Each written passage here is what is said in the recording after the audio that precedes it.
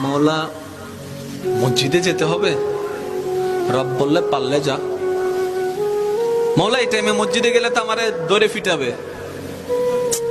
বুঝেন না কেন? আমি যদি রাতে 3টা বাজে, 4টা বাজে, 2টা বাজে মসজিদে যাই, আমরা চোর বলে ফিটাবে। মসজিদে যাওয়াটা রিস্ক হবে। রব্বে করিম বলে মসজিদে না পারবি না, আল্লাহ পারবো না, তাহলে যা ঘরে যা, যাই নামাজ বিছা। বলে যে যাই নামাজ বিছালে তো বউ বুঝে ফেলবে আমি বাটপারি করছি। কথা বলেন না কেন? মৌলা বউ বুঝে ফেলবে, মা বুঝে ফেলবে, নিশ্চয় কোন একটা অঘটন ঘটাইছি, সেজন্য যাই নামাজে বসে কান্না করছি, তাহলে তো ইজ্জত ফানসার। রব্বে করিম বলে মসজিদেও পারবি না, যাই নামাজে পারবি না। মৌলা একটু কেমন জানি লাগছে।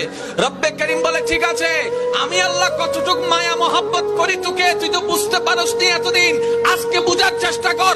মসজিদে যাওয়া লাগবে না, যাই নামাজ বিছানো লাগবে না, ওযু করা লাগবে না। তোর যদি এতই প্রবলেম হয়, জবানটাও খোলা লাগবে না।